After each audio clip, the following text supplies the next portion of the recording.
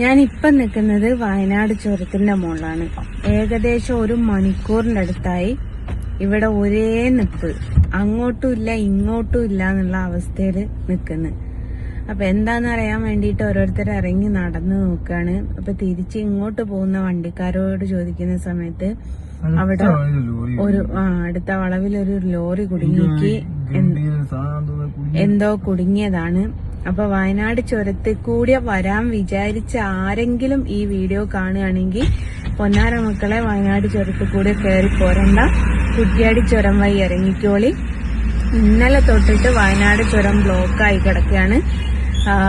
ഇന്നലെ തൊട്ടിട്ട് ഇന്നലെ ന്യൂ ഇയർ ആയതുകൊണ്ട് അങ്ങോട്ടും കയറാൻ പറ്റുന്നില്ല, ഇങ്ങോട്ടും ഇറങ്ങാനും പറ്റുന്നില്ല എന്ന് പറഞ്ഞിട്ട് എന്റെ സിസ്റ്ററിന്റെ മകനൊന്നും വയനാട് ചുരത്തിൽ കയറിയിട്ടില്ല. ഓരോക്കെ ന്യൂ ഇയർ അവിടുന്ന് ആഘോഷിക്കുന്ന ആൾക്കാരായിരുന്നു. അപ്പൊ ആരെങ്കിലും വയനാട് ഭാഗത്തുണ്ടെങ്കിൽ നിങ്ങൾ ചുരം വഴി ഇറങ്ങാൻ തീരുമാനിച്ചിട്ടുണ്ടെങ്കിൽ വേണ്ട, നിങ്ങൾ കുറ്റ്യാടി വഴി ഇറങ്ങുന്നതായിരിക്കും നിങ്ങൾക്ക് എന്തുകൊണ്ടും ബെറ്റർ. ബ്ലോക്ക് ഒന്ന് കഴിഞ്ഞിട്ട് ഞങ്ങളിത് മെല്ലെ ഒന്ന് ഇറങ്ങി തുടങ്ങിയിട്ടുണ്ട്. എത്രത്തോളം ബ്ലോക്ക് ആയി കിടക്കുക എന്നുള്ളത് നിങ്ങൾക്ക് കാണിച്ചു തരാം.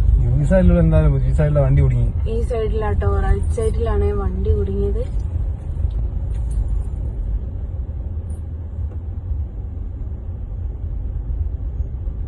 അങ്ങോട്ടും ഇല്ല ഇങ്ങോട്ടും ഇല്ലാണ്ട് ചങ്ക് കുടുങ്ങിയ അവസ്ഥയാ.